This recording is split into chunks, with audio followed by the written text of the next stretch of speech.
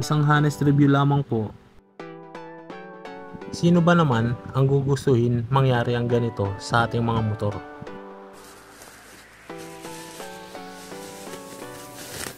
Kaya umorder ako ng ganito sa Lazada para proteksyon sa ating makina.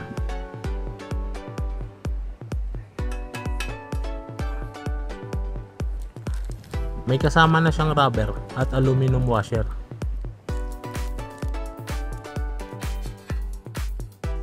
Tara ikabit natin. Dito natin siya ipopwesto.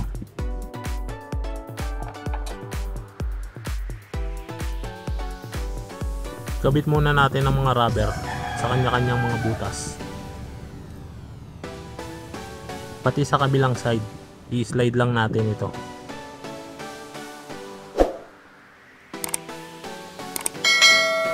Iasinta na rin natin ang mga bolt na tinanggal natin mula sa ating makina.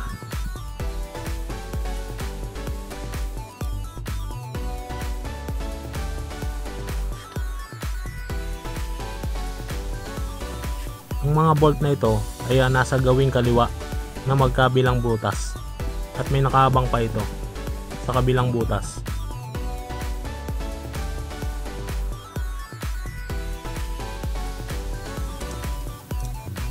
Gamit tayo ng 8mm socket wrench para tanggalin ang mga tornilyo ng tambucho sa ilalim.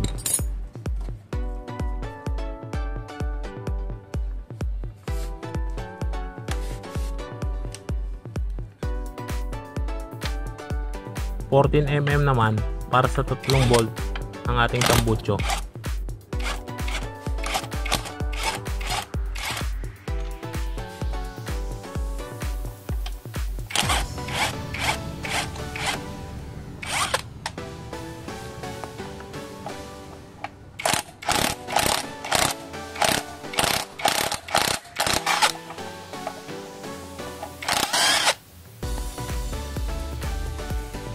Hindi na natin totally tinanggal ang tambucho. Inilaylay ko lang ito para makabit ang mahabang bolt sa kabilang side. Hand tight lang muna para masiguradong swabe ang pasok ng tornilyo bago natin ito sikipan.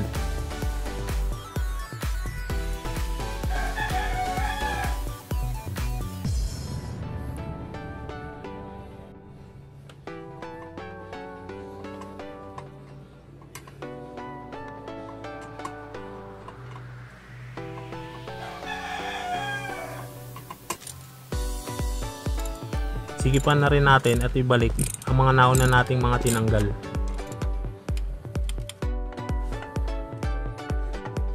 Ganon din dito sa ating tambucho. Hand tight lang muna.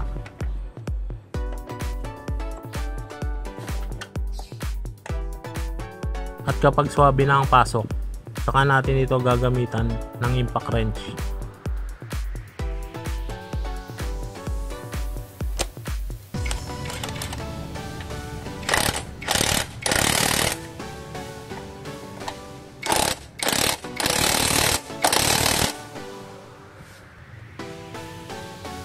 Ito na ang itsura niya kapag nakikabit na.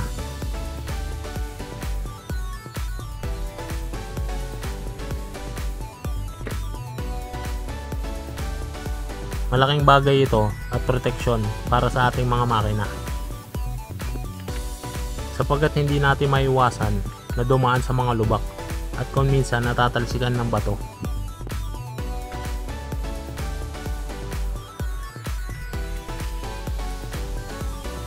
At ayun ang mga dahilan kung bakit nasisira o nagkakadamage ang ating mga makina. Ngunit sa kasamaang palad, sa lakas ng vibration ng ating motor, nauna pa itong masira matapos lamang ang 2 linggong paggamit dito. Kaya umorder tayo ng bago na mas makapal at sana mas matibay kumpara doon sa nauna.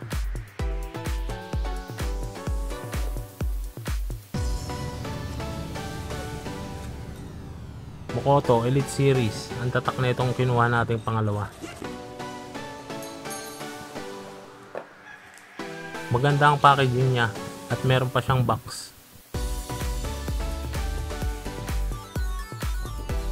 May kasama na rin siyang bolts and nuts para maikabit ang dalawang nasa gilid niya.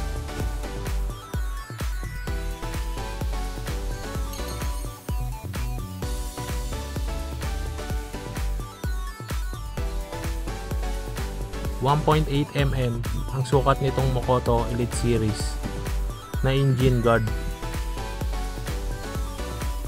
Mas makapal siya kumpara sa nauna nating binili na nasira dahil sa hindi kinaya ang malakas na vibration ng ating motor. Kitang kita naman dito sa ating video na may biyak siya sa gilid dahil sa lakas ng vibration, at dahil manipis lang din kasi itong nabili nating una.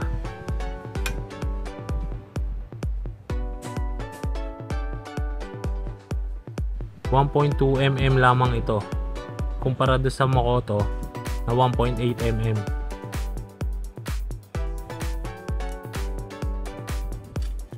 Iasinta muna natin ito at ilagay ang mga bolts and nuts para alam natin kung saan siya ipopwesto.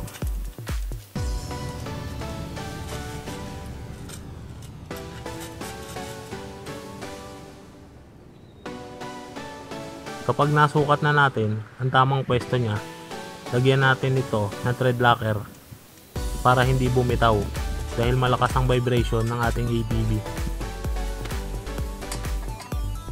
Ikabit na rin natin tulad ng nauna. Gamit tayo ng 8 mm at skipan natin to. Ganon din sa kabila, 8 mm din. Hindi na natin tinanggal ang tambucho sapagkat open naman ang kabilang side na ito. Ito na ang itsura niya kapag nakakabit na.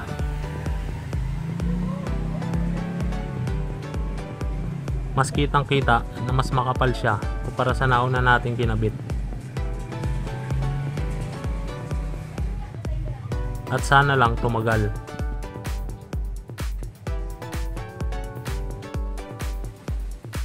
Base sa experience ko habang pinapaandar ko ito, wala naman siyang kalog. Hindi katulad ng nauna na pumapagpag ang harapan at ramdam mo na parang may nag-grinder ang tunog.